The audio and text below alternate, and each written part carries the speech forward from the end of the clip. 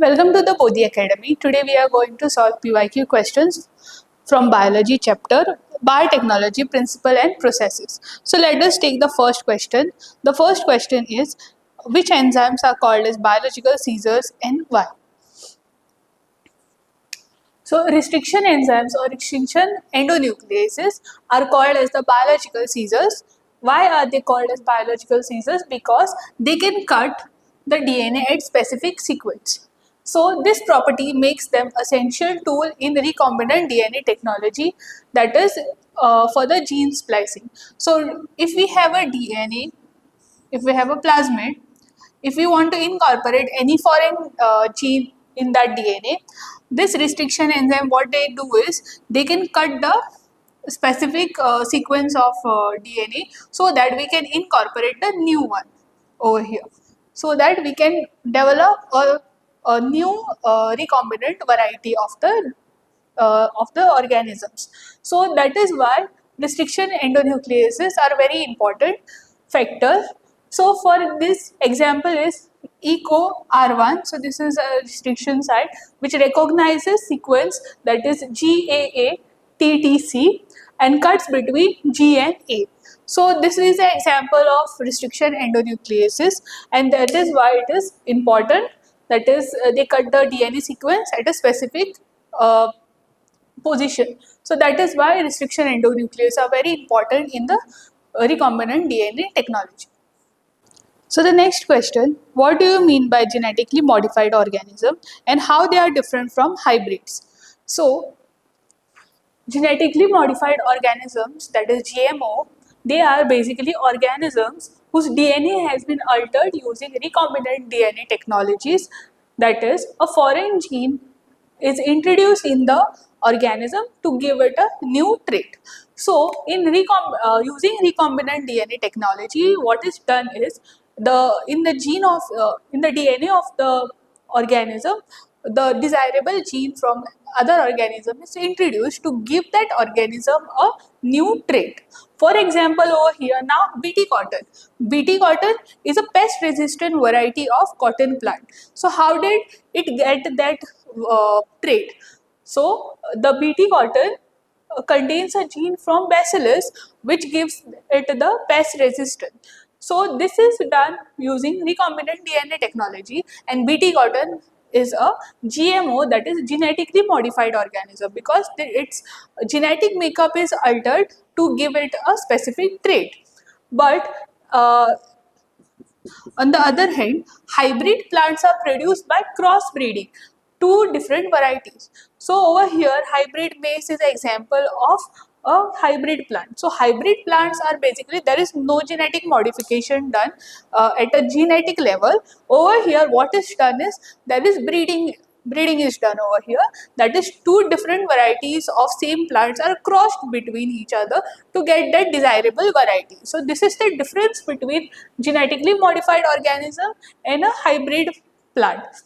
That is genetically modified organism, GMOs, wherein organism DNA has been altered to give it that specific trait, and over here in hybrid plants there is cross between different varieties of the plant to give it the desirable character.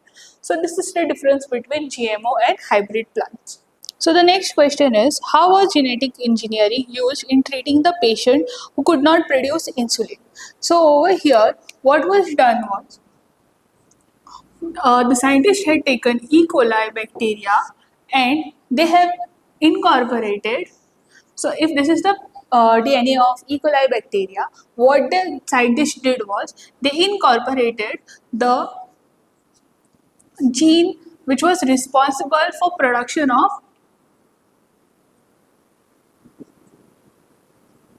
insulin. So production of human insulin. So that gene they have taken and they have incorporated that in the plasmid of E. coli bacteria, and this is how the bacteria was able to produce human insulin, and that insulin was then injected in human beings who were suffering from diabetes. So this is how the genetic engineering helped a patient with diabetes uh, to produce insulin from E. coli bacteria. So the next question is, what are cloning vectors? Describe in detail the features that are required to facilitate cloning into a vector. So cloning vectors are basically a DNA molecule used to transfer foreign genetic material into the host cell. So this is like, it is the DNA molecule which will help in carrying that foreign molecule into the host cell. So basically over here, cloning vectors are example is plasmids are commonly used as cloning vector, and the most commonly used cloning vector is PBR322. So this is a cloning vector which is used in the genetic and transferring the genetic material into the host cell in recombinant DNA technology. So what are the features? Now the cloning vector consists of, so basically if this is a cloning vector, it consists of different parts. The first part over here is ORI. So ORI, it allows the plasmid to replicate independently. So ORI is basically origin of replication. So ORI site is basically the origin of replication site, where the process of replication will start. So this part will be the ORI part. Then selectable markers identify recombinant cell. Selectable markers such as ampicillin and tetracycline are selectable markers, basically ampicillin and tetracycline. These are the two selectable markers. So selectable markers are present in the plasmid so that it can identify the recombinant cells. Then there are multiple cloning sites. For example, cloning sites will help in, it contains unique restriction site for gene insertion. So cloning sites helps in the insertion of the gene. So it will have restriction sites wherein there will be restriction endonucleases which will cut those sites so that we can insert the foreign gene inside them. So that is why there has to be multiple cloning sites. Then there is a promoter sequence for gene expression in the host cell, and reporter gene which allows visualization of recombinant cell. So this reporter cell will allow us to visualize as in if there is the recombination has happened or not in the cell. Example here is LegZ for blue and white screening. So these are the different features, or these are the different parts of a cloning vector. That is, a cloning vector, the DNA molecule which is used to transfer foreign genetic material into the host cell. Most commonly used cloning vectors are plasmids, that is PBR322, which will have different parts, that is ORI, origin of replication part, selectable marker which will be ampicillin or tetracycline, then there is multiple cloning site, promoter sequence and the reporter sequence. So these are the features of a cloning vector. So the next question is, why is gel electrophoresis helpful in biotechnology? How is it carried out? So gel electrophoresis is basically a technique which is used to separate DNA fragment based on sizes. So the process is carried out. So this is a process which helps us to separate the DNA fragment based on the sizes. So the process happens in four major steps. That is, DNA sample are loaded into wells of agarose gel. Then an electric current is passed and DNA moves towards the positive electrode. So there is a machine wherein we take agarose gel and there are wells. So in these wells, the DNA is loaded using a pipette. So in this wells, it is a sheet of agar in which there are small holes. In that holes, the DNA sample which is there, it is loaded using a pipette. Then it is kept in a tray wherein there are electric current which is passed through it. When the current passes, an electric current passes is applied and the DNA moves towards the opposite electrode. Then smaller DNA fragments, so when electricity is passed here, the DNA will start moving on the gel. So Smaller DNA fragments move faster while larger molecules will move slower. So depending upon the sizes, the DNA molecule will then move faster or slower. DNA bends are stained with yttrium bromide, which is a chemical. So then after the running of the gel is stained with yttrium bromide, which is then visualized under a UV light rays, wherein those bends will turn, which they will appear orange in color. So then we can visualize those bends. So where they are basically used: checking DNA fragment sizes to check DNA fragment size, then in DNA fingerprinting method, and for PCR product analysis. So these are the uses of gel electrophoresis, and it is a method which is used to separate DNA fragment based on the sizes using a gel electrophoresis method. So the next question is, name the region marked A, B and C. So over here a diagram of plasmid, that is PBr322, is given. We have to identify the parts which are labeled as A, B and C. So the part which is labeled A is the ORI region, that is your origin of replication region. Then the part marked B over here is your ampicillin resistance gene, it is your ampicillin resistant gene, and part mark C is your tetracycline resistance gene. So these are the three parts which are marked over here as A, B and C. The A part is the ORI, that is origin of replication. B part is your ampicillin resistance gene, and C part is your tetracycline resistance gene. So the next question is, define recombinant DNA technology. So recombinant DNA technology is basically a method which helps in altering the genetic material by combining DNA from two different sources. So we take DNA from the two different sources, combine it to form a new genetically modified organism. So to produce a GMO, that is genetically modified organism, what technique that we use is the uh, recombinant DNA technology. So what are the steps involved in this process? The steps involved here are isolation of DNA from the donor cell. So first the DNA has to be isolated from the donor cell, then cutting the DNA using restriction enzymes. So restriction enzymes are the enzymes which are like scissors, which will help in cutting the DNA.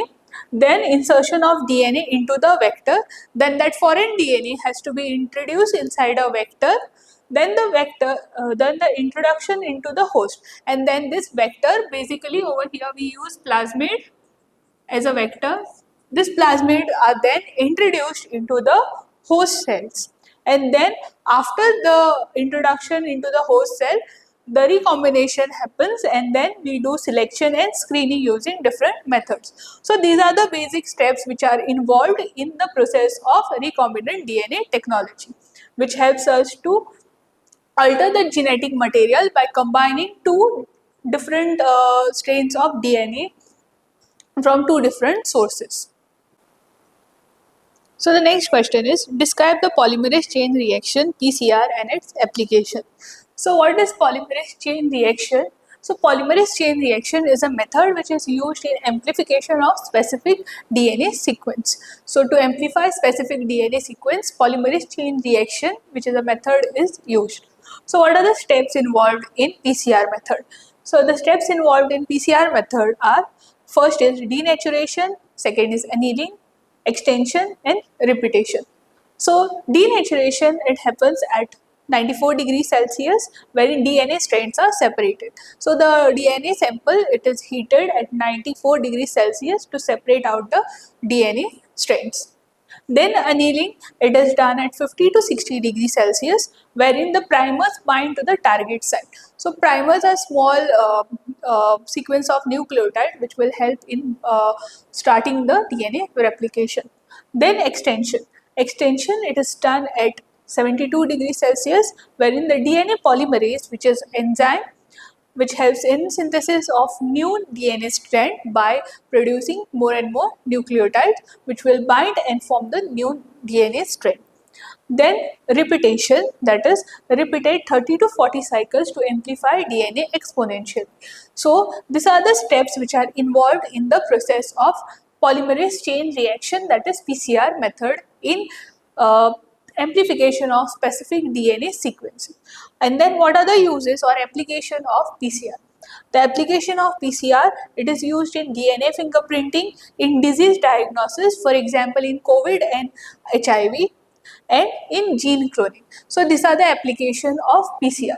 So this is about PCR, that is polymerase chain reaction, used in amplification of specific DNA sequence. Steps involved are denaturation, annealing, extension and repetition, and the application, that is DNA fingerprinting, disease diagnosis and gene cloning. So the last question, what is the difference between exonucleases and endonucleases? So exonucleases and endonucleases, the difference is exonucleases removes nucleotide from the end of DNA. So that is outside part of the DNA. Endonucleases cut DNA within the strand. Exonucleases works from 3' to 5' end. Endonucleases cut at a specific sequence. Exonuclease example is exonuclease 1. An endonuclease example is EcoR1 and HIN3. So these are the examples of exonuclease and endonuclease. So the difference is exonuclease will remove nucleotide from the end of the DNA, and endonuclease will cut DNA within the string. Exonucleases work from 3' to 5' end, and endonucleases cut the DNA at a specific sequence. Example of exonuclease is exonuclease 1, and example of endonuclease is EcoR1 and HIN3. So this is the difference between exonuclease and endonuclease. So thank you for watching today's video. Please don't forget to like, comment, share and subscribe to the Bodhi Academy.